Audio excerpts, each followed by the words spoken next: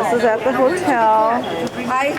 This is mine from AAA, yeah. She's got one like There's everybody having coffee before we go on our big swamp tour. Has this got sound on it? April 19th, yeah, 1993. Well, hi. We're going to have a good time today. Diane, you want to say for swamp? Going to the swamp. Like a swamp. We're going to go for an airboat ride. Hey, wave, girls.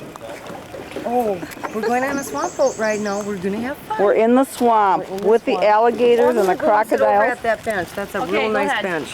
Have a picnic. Yeah, thank you. And look around, the alligators are coming up. It's not, the alligators aren't up yet, okay? But the snakes are out.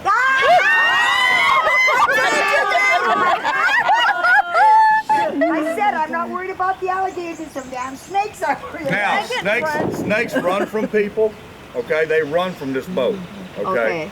But when we get stopped and I start talking, don't be picking at things. Oh, no, Okay, not a problem. I don't want to sit on. No problem. Do I want to be at the end here? I got it with you. Barb, I'll trade with you.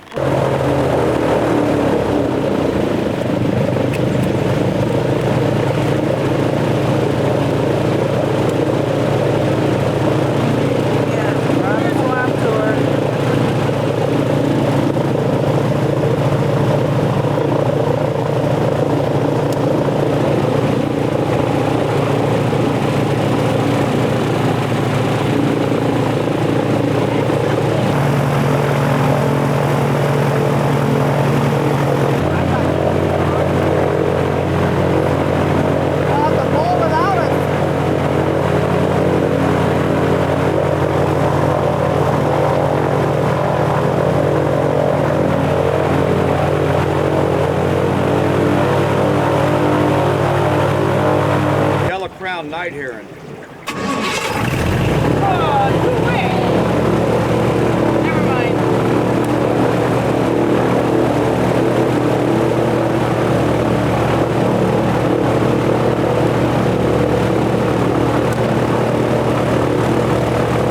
Swamp, and it's also called the Atchafalaya Basin.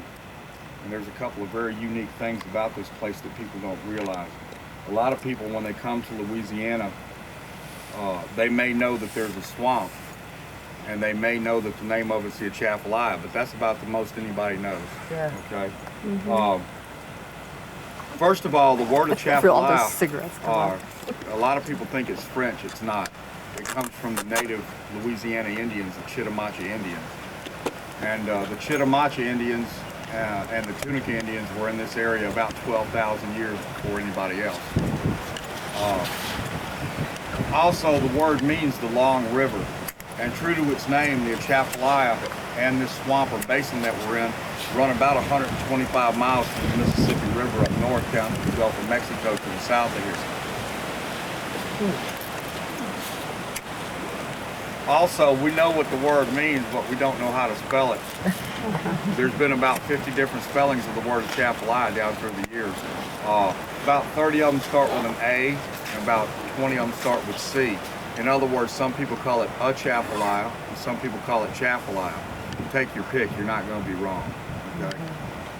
Also, like I said, there's a couple of very unique things about the Atchafalaya that people don't realize. The first is this is the world's youngest swamp. In other words, it was the last one to be formed. Okay? And this shocks a lot of people, but this is also the world's largest swamp. Not just in Louisiana and not just in the U.S. This is the largest wetland swamp on the planet. This wooded area that we're in is about 20 miles in diameter. Down at the Gulf of Mexico, the Atchafalaya is about 100 miles across.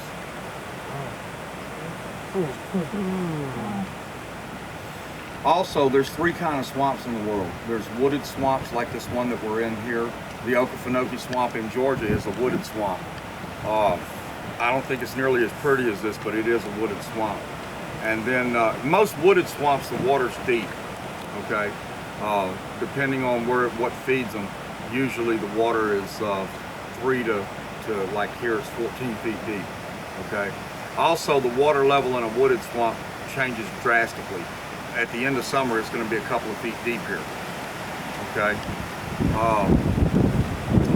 And then there are sawgrass marsh swamps like in the Everglades in Florida, where the water's only a couple of feet deep, and you have sawgrass about 3 feet over the water, and it just looks like a field of grass. In fact, in Florida, they call the Everglades a sea of grass. Okay. And then there are coastal mudflat swamps. Is that tree moving in there? No, that's the highest. Well, that's, I think that's just the motion that we see. That's this stuff moving. That's a tree. Would you do have some for her coffee? Looks like it though, doesn't it? Watch it. That sucker will go back and forth.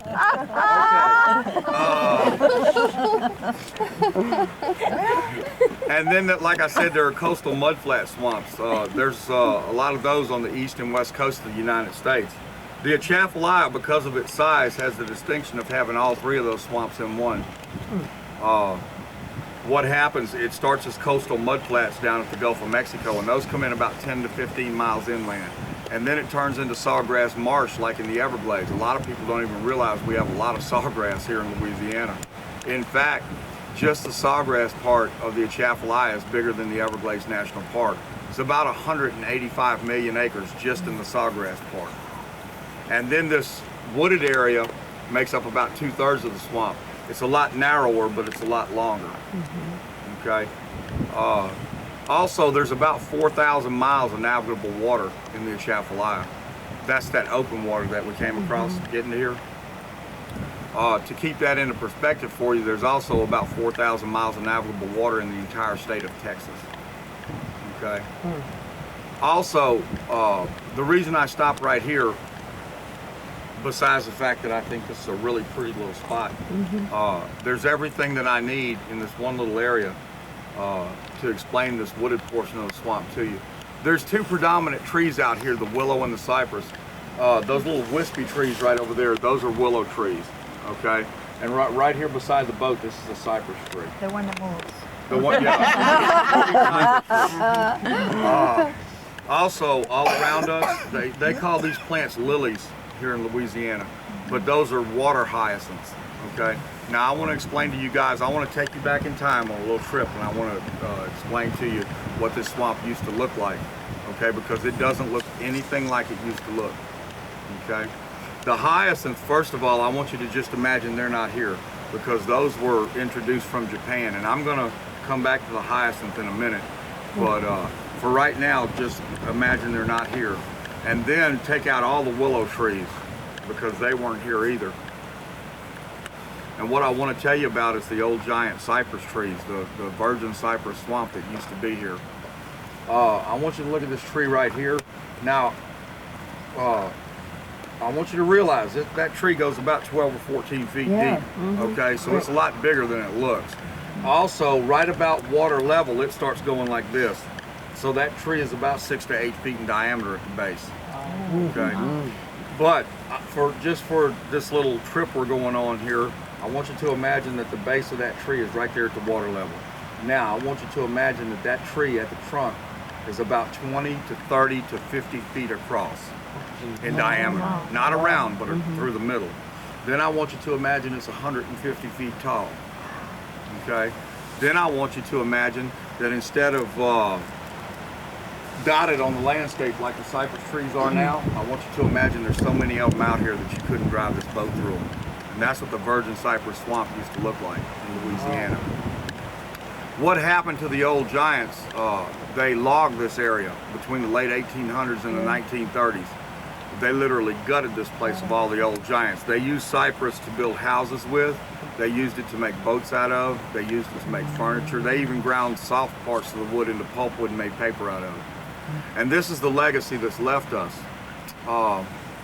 It'll take these trees about 500 years to get to be the size of the old giants that they once were. And to populate the swamp as thick as they used to, it will take 2,000 to 3,000 years if they don't cut. Are they illegal to? Yeah, they're protected now. Yep. Also, I want to change over. You'll notice I'm doing this very carefully. Yeah. I want to tell you a little bit about the water hyacinth. Okay, Is it flower? yeah. Oh, I bet that's You'll notice how shallow the root system is. The water hyacinth doesn't go down to the bottom, okay? So in order for the plant to get the food that it needs to grow, the root system has to take sediment into the root system with the water that it draws. And then it separates the sediment from the water and sends it up to the leaf, and then it sends the water back out into the source. There's a couple of very neat things that the hyacinth does because of that. I want you guys to notice the inside of those little pods. Here, you can pass this around. There's little cells in there, and if you touch them, they're dry. In other words, that little pod is watertight, and it's got these little cells that catch air. Those are floats. That's what makes the plant float on top. Okay. Now, a lily pad is a big round thing, and the reason it floats is because it's got so much area. Okay. But what makes these float is it's got little life preservers all around it. Okay. But the hyacinth does a couple of very neat things because of the way it has to feed the plant. You'll notice most of the water in Louisiana is very, very muddy. And if you haven't noticed, you'll notice when you leave here. Most all the water you see is very, very muddy. Out here where the hyacinths grow, because of the way the plant has to feed, because of the way the roots have to feed the plant, the water's literally 99.9% crystal clear. Wow. Okay? There's no sediment in this water because of the water hyacinth. Also, it's been proven by scientists that the water hyacinth removes all pollution, heavy metals, and toxins from the water. All, not just some. Okay? By the way, this plant's called a nuisance in most places where it grows in the U.S., and wildlife and fisheries in most states, including Louisiana, spray these to kill them. Okay? I'm trying to get you guys to understand this is not a nuisance plant. The reason they call it a nuisance plant, they say it chokes waterways and you can't bring boats out here.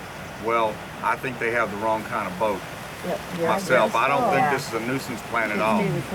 Also, the hyacinth blooms in a purple flower. This place will be carpeted I bet that's in about a month and a half. So we came to Well, early, did guys. somebody introduce this plant Yeah, here to... what happened, they brought it from Japan, okay, to New Orleans for the International Cotton Exposition in 1886. They brought it to a flower show there because of the beautiful flower, and they gave pieces of it away. People threw it into ponds and streams and things, and bayous and things like that, and this is the result. Now the hyacinth ranges all the way from Lake Okeechobee, Florida, all the way to Costa Rica. By the way, the more you chop it up, the more it grows. Okay? And the thicker it gets. I wonder if we'd like any of that in Cross Lake. It won't grow where it's cold. It would die off in the It winter. only grows in the heat, so you'd have to keep it inside. Also, you got to remember, you can't just plant this in your yard. It won't grow. No. It is a water plant, and you can't just put it in fresh water. It won't grow. You have to put mud in the water and mix the mud up so that the root system can feed the plant. Okay? And you can't just do that one time. You have to keep replacing the mud because it'll suck all the nutrients out of the mud. See, this has enough mud.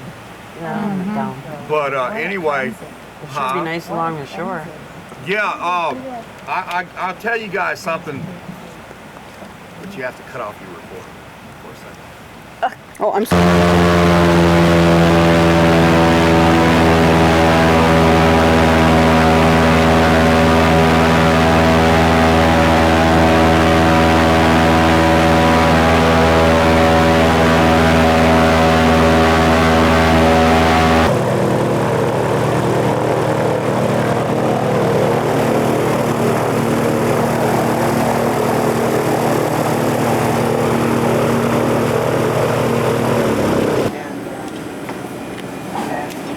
What do you mean anything? Hot drink, huh, Mom? Oh, God, no. Right. Hey, now we know. No, I'm not talking to you. I didn't hear you. I'm talking about. We're the above ground cemetery at St. John's. He doesn't have to win in Lafayette, Louisiana.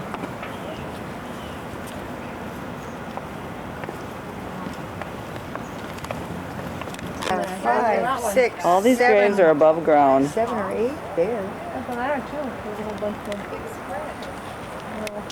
You must just stack them up, huh? I think they'd run out of room or something pretty soon. And this is St. John's Church in Lafayette, Louisiana. It's April 20th, 1993. The Old Gardens in Iberia, Louisiana.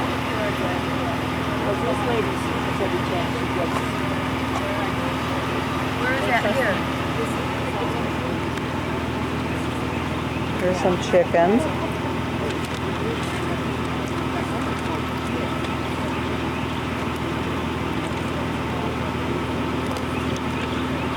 It's April 20th, 1993.